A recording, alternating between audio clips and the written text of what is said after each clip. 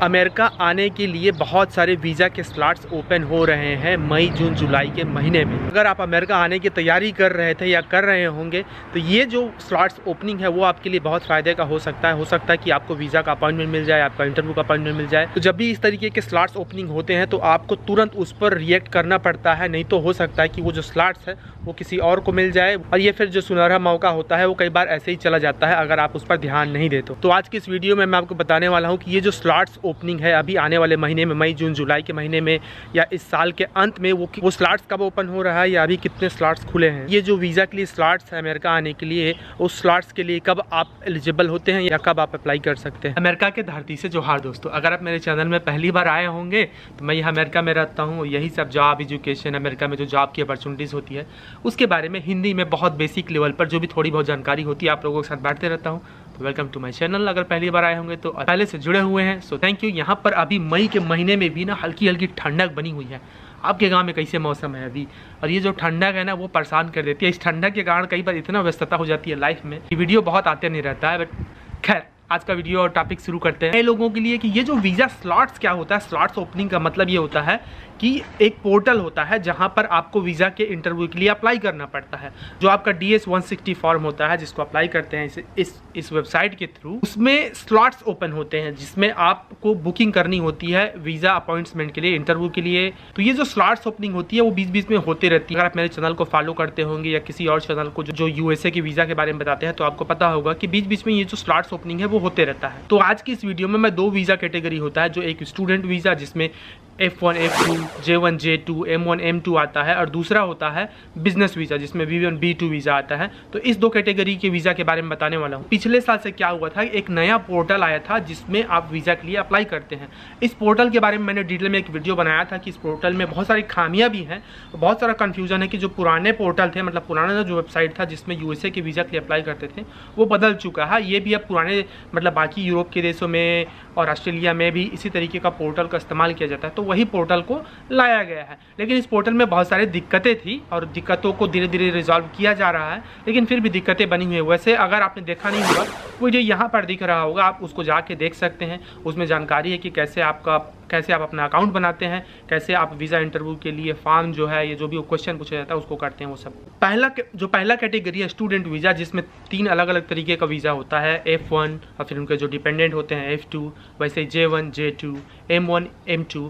तो इनके जो स्लॉट्स है वो बीच बीच में खुलते रहते हैं। हालांकि अगर आप अभी पोर्टल में जाके देखेंगे तो उनका डेट दिखा रहा होगा जून 25 में अवेलेबल है, मतलब उनका जो पहला स्लॉट्स है।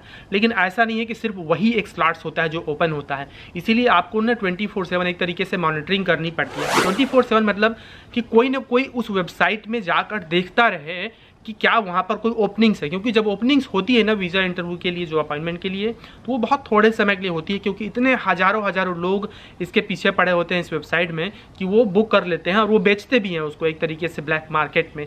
हालांकि बहुत अजीब बात है लेकिन ये फैक्ट है, ऐसा होता है इंडिया में बहुत। ये भी एक तरीके का करप्शन है, बट ये है सो है। मेरा काम है बताना ताकि आप सजग रहें और किसी एजेंट को कभी पैसा नहीं देना है ऐसे ही, मतलब बिना कोई काम करे। अब पैसा तो देना पड़ता है एजेंट को, आपके लिए स्लॉट्स बुक करेगा क्योंकि वो बुक कर लेता है, क्योंकि उनके लिए बहुत सारे लोग काम करते रहते हैं। खैर जो भी है, तो ये जून 25 को बस ही ओपनिंग हो, ये तो बस जून 25 को ही ओपनिंग है ऐसा नहीं है।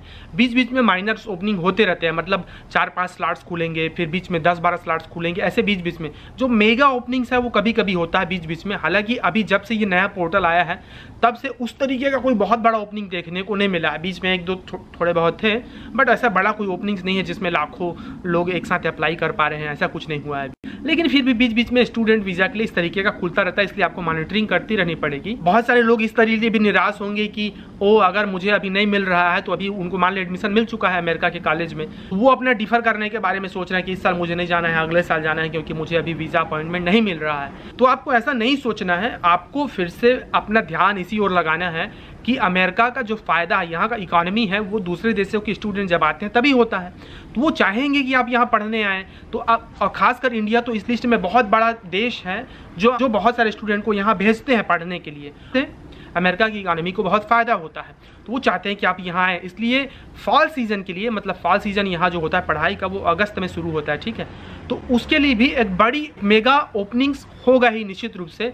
मई, जून, जुलाई तीनों में से किसी एक महीने में, एग्जैक्टली अभी नहीं पता है इस नए पोर्टल में वो कब होगा, क्योंकि वैसी कोई जानकारी अभी तक नहीं है। जैसे ही कोई जानकारी आएगी तो मैं वो अपने चैनल में अपडेट दूंगा। इसलिए आप चैनल से जुड़े नहीं हो तो जुड़ जा रहना, सब्सक्राइब कर लिए रहना। अभी भी आपको इस उम्मीद में बने रहना है कि जून 2024 में, मतलब इसी साल, फॉल सीजन के लिए बहुत बड़ी ओपनिंग स्लॉट्स खुलेंगे। तो आपको सजग रहना है। आप ग्रुप बना लीजिए। सबसे अच्छा काम ये कर सकते हैं कि आप बहुत लोगों का ग्रुप बना सकते हैं जिसको आप विश्वास करते हैं, जिनके साथ आप जाने की कहीं प्लानिंग कर रहे हैं यहाँ अमेरिका आने के लिए, ताकि अलग अलग टाइम पर अलग अलग लोग उस वेबसाइट में जाकर मॉनिटरिंग करते रहे कि अभी कोई स्लॉट थोड़ी नहीं खुला है। क्योंकि आप एक अकेले दिन भर तो नहीं कर सकते ना, 24 घंटा नहीं देख सकते। इसलिए अगर आपके घर में फैमिली मेम्बर है तो उसके नाम से अकाउंट बना लीजिए, या जैसे भी हो, जिसका भी मतलब है आपके दोस्त, आप पता करिए।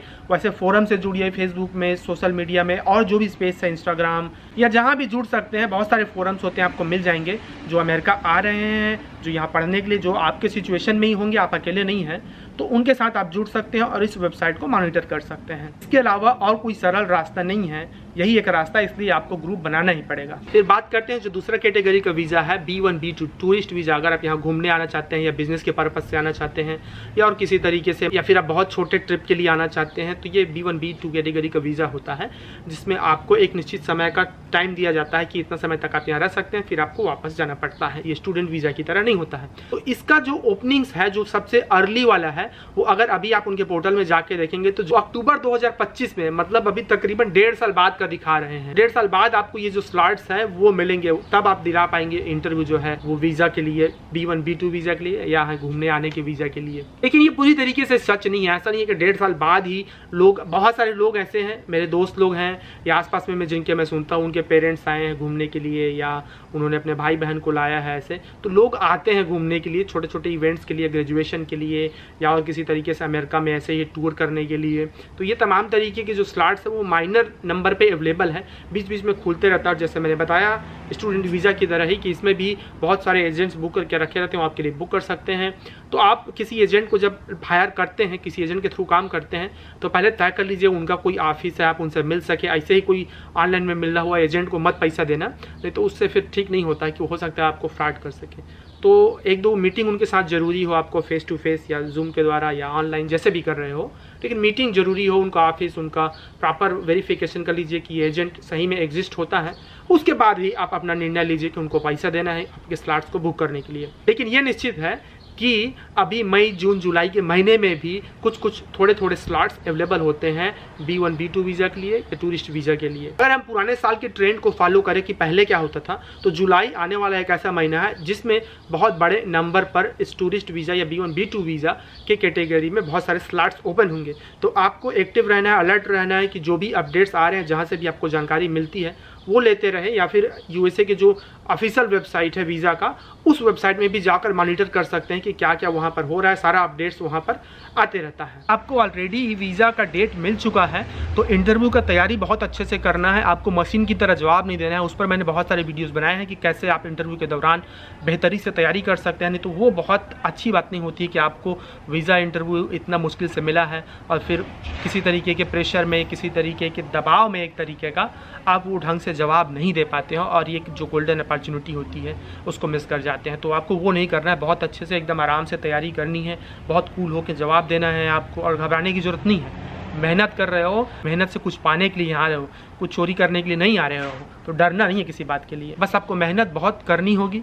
अगर आप मेहनत से भागना चाहते हैं तो आप USA आने की तैयारी ही मत कीजिए, जहाँ पर हो वहीं पर ठीक हो। मेहनत करना चाहते हो तो ज़रूर कुछ ना कुछ रास्ता निकलेगा। और इस ओर अगर आपने पढ़ाई करने के बारे में सोचा है, यहाँ आने के बारे में सोचा है, या किसी भी देश में, दूसरे देश में जाने के बारे में, तो मैं हर बार कहता हूँ कि सही दिशा में, सही तरीके से मेहनत करना इंपॉर्टेंट होगा। सिर्फ मेहनत नहीं, सही जगह में, सही दिशा में और सही समय पर, ये बहुत इंपॉर्टेंट चीज़ है। और इस इंपॉर्टेंट चीज़ को हम अक्सर बार इग्नोर कर देते हैं। वैसे अगर आप अमेरिका आ चुके होंगे और आने की मतलब आपको वीज़ा मिल चुका होगा, उसके बाद भी कुछ सवाल होगा, तो आप मुझे ईमेल कर सकते हैं america.mentor@gmail.com पर। मैं यहाँ बॉस्टन में रहता हूँ। अमेरिका का एक बहुत बड़ा शहर है, बहुत सारी यूनिवर्सिटीज़ हैं यहाँ पर।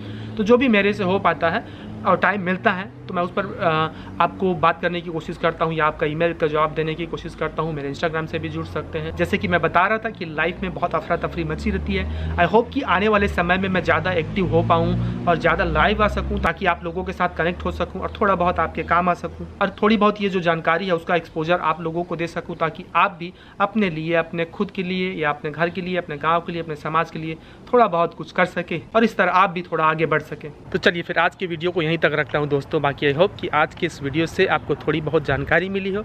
अगर जानकारी मिली हो तो बेल आइकन को दबा दिए रहना, ताकि जो भी अपडेट्स मैं दूँ वीज़ा के बारे में या अमेरिका में जॉब एजुकेशन के या किसी भी तरीके के जो अपडेट्स हैं यहाँ से, उसके बारे में तो आपको वो जानकारी मिल जाए। चलिए फिर जल्द ही मिलते हैं अगले वीडियो में। Thank you for watching.